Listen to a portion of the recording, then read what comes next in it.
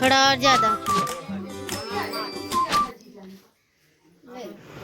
Okay so welcome to another vlog. आज ये काफ़ी इंपॉर्टेंट व्लॉग है क्योंकि आज के दिन मेरा होने वाला है Barua. Now what does this Barua mean? इसका मतलब होता है जब आज मेरा जनेऊ संस्कार होगा।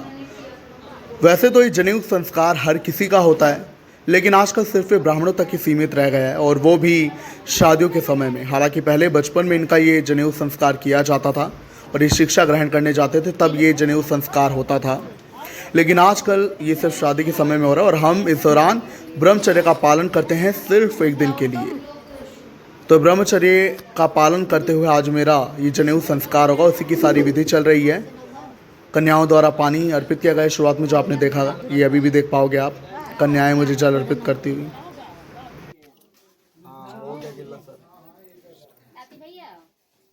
देखिए, जनेऊ संस्कार को संस्कृत में उपनयन संस्कार कहा जाता है। यह हिंदू धर्म के 16 संस्कारों में से एक है और इसे बहुत ही महत्वपूर्ण माना जाता है।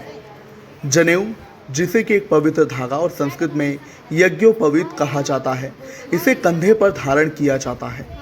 यह संस्कार प्राचीन काल से मुख्यतः द्विजातियों, जिसमें कि ब्राह्मण, क्षत्रिय, वैश्य के लिए होता था। इसका उद्देश्य बच्चों को धार्मिक, आध्यात्मिक और सामाजिक जिम्मेदारियों के लिए तैयार करना है और उन्हें शुद्ध रखना है। परंपरागत रूप से ये संस्कार बालक की शिक्षा की शुरुआत यानी कि लगभग 8 से 12 वर्ष की आयु में किया जाता है। आजकल परिवार की सुविधा और रीति रिवाज के अनुसार भी इसे कराया जाता है, जिनमें से शादी के समय में मुख्यतः कराया जाता है। देखिए, आध्यात्मिक जन्म इसे माना जाता है, यानी कि हम एक जन्म माँ की कोख से लेते हैं, लेकिन हमारा आध्यात्मिक जन्म इस उपनयन संस्कार के बाद माना जाता है, जब हम संस्कार के बाद संसार के लिए तैयार होते हैं। इसे दूसरा जन्म कहा जाता है क्योंकि अब शिष्य वेदाध्ययन यानी कि वेदों के अध्ययन और धार्मिक धर्मकांड के लिए योग्य होता है। अनुशासन का प्रतीक होता है क्योंकि आपको कई चीज़ों का पालन इस जनेऊ को धारण करते हुए करना होता है। अब शब्द आपको नहीं बोलने होते, मदिरा पान या कोई भी गलत काम आपको नहीं करना होता। इसके अलावा भी और भी कई ऐसी चीज़ें हैं जिनका आपको ध्यान रखना होता है और सदा भगवान की भक्ति करते हुए अपने माता पिता और सभी वरिष्ठ जनों की इज्जत करनी होती है। त्रिविध ऋण की स्मृति यानी कि देव ऋण, ऋषि ऋण और पितृ ऋण चुकाने का ये स्मरण होता है। कर्तव्य बोध ये होता है। ये संकेत है कि अब व्यक्ति धार्मिक और सामाजिक कर्तव्यों को निभाने योग्य हो गया है।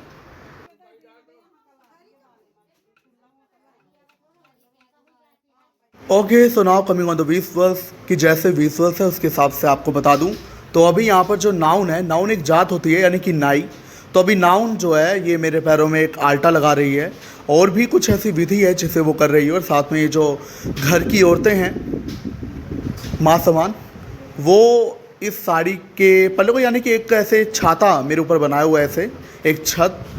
और एक और बात मैं आपको क्लियर कर दूं तो जो जनेऊ संस्कार था उसकी विजुअल मेरे पास अभी नहीं है, फ़ोटोज़ है बट वो स्टिल पेन ड्राइव में है, तो ये मैं आपको नहीं दिखा पाऊँगा। बस हाँ, ये बता रहा हूँ कि हो क्या रहा था उस टाइम पे। मैं आपको फ़ोटो दिखा दूँगा कि जनेऊ संस्कार के बाद आखिर हमारा लुक कैसा था, क्योंकि हम बाद में नगर निकासी के लिए निकलते हैं, तो वो दिखा दूँगा। लेकिन फ़िलहाल मेरे पास वो वाली विजुअल नहीं है। लेकिन अभी आप ये विजुअल देखो जहाँ मेरे पैरों में रंग लग रहा है और भी बहुत कुछ हो रहा है। और आपको एक ऐसा एक्साइटिंग लगता है हमें ज़रूर बताएं, और क्या आपके धर्म में भी ऐसा होता है ये भी ज़रूर बताएं। Now here comes the important part. आप देख पाओगे मेरे चेहरे को ढका गया है और ये पीछे मेरी मम्मी है जिन्होंने अपने आंचल से मेरे चेहरे को ढका है। अभी ये जो विधि है जिसमें नाउन पैरों में आल्टा लगाती, तो इससे वो जो शख्स होता है यानी कि उपनयन संस्कार में जो शामिल होता है लड़का, वो नहीं देख सकता। अब मुझे नहीं पता कि इसे इतना कॉन्फिडेंशियल क्यों रखा जाता है, मैं तो नहीं देख सकता था, इसीलिए मेरे चेहरे को ढका गया, मेरी आंखों को बंद किया गया।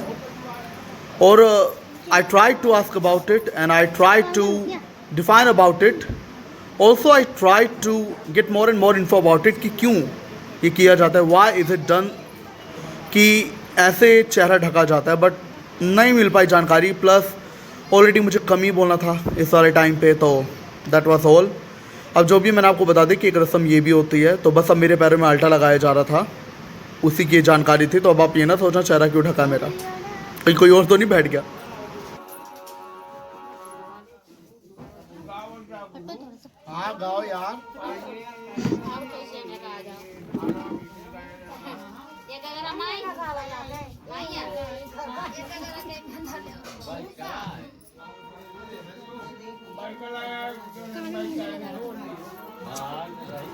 मैं गिरूंगा।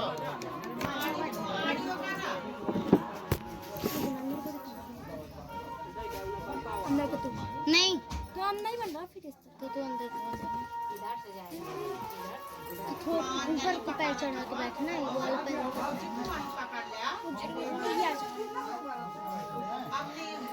इसलिए तो बोल रहे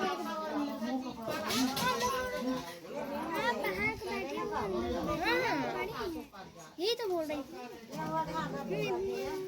देख किया सामने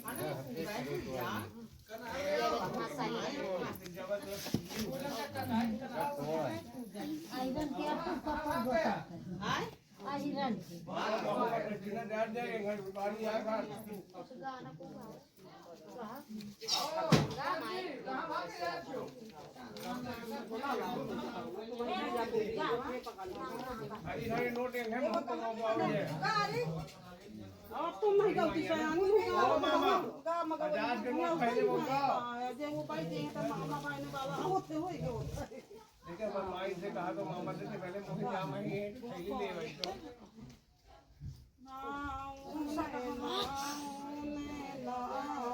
मैंने के नाम तो वीडियो बनाओ कैमरा वाले कहाँ चलेंगे बना रहे हैं लगाना आवाज उड़ाएंगे हरी को।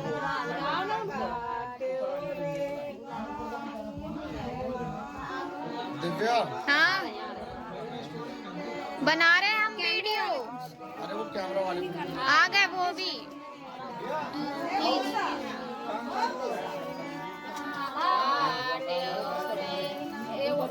वाला पकड़ो पहले मामा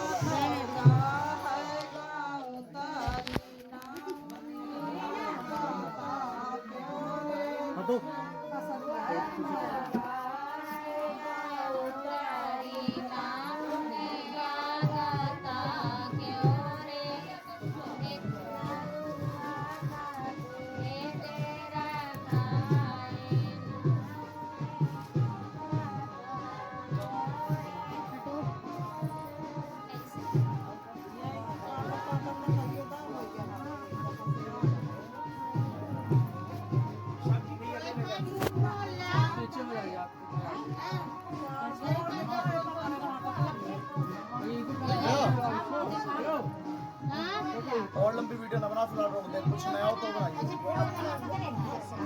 ठीक है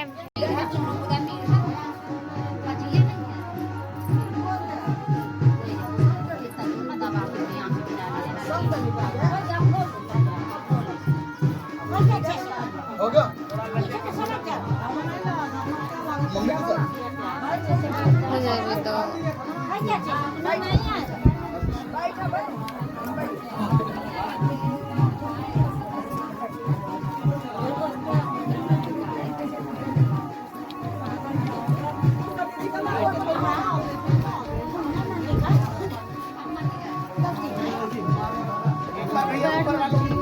मम्मी सामने देखो।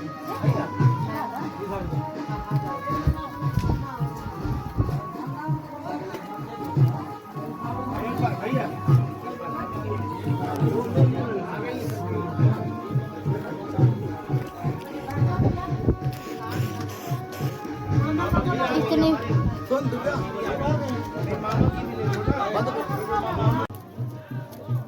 तो अब ये एक और रस्म का इम्पोर्टेंट पार्ट है और अब मेरे मामा जो है मेरे साथ बैठे हैं।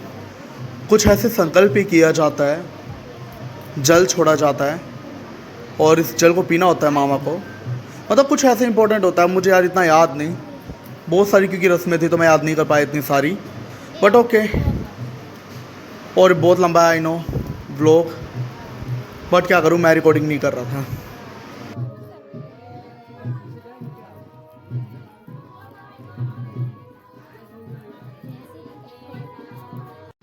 तो सारी रस्में होने के बाद अब हम नगर निकासी के लिए निकले, नगर भ्रमण के लिए।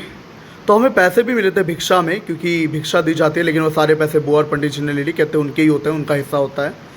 और ये रस्मों की फ़ोटो है संस्कार के बाद जो आप देख रहे हो। हमें पीला सब कुछ पहनना होता है। चालू हो गया। So obviously this is a day before बारात। मेरी हल्दी मेहंदी एक ही दिन की गई ड्यू टू सम रीजंस।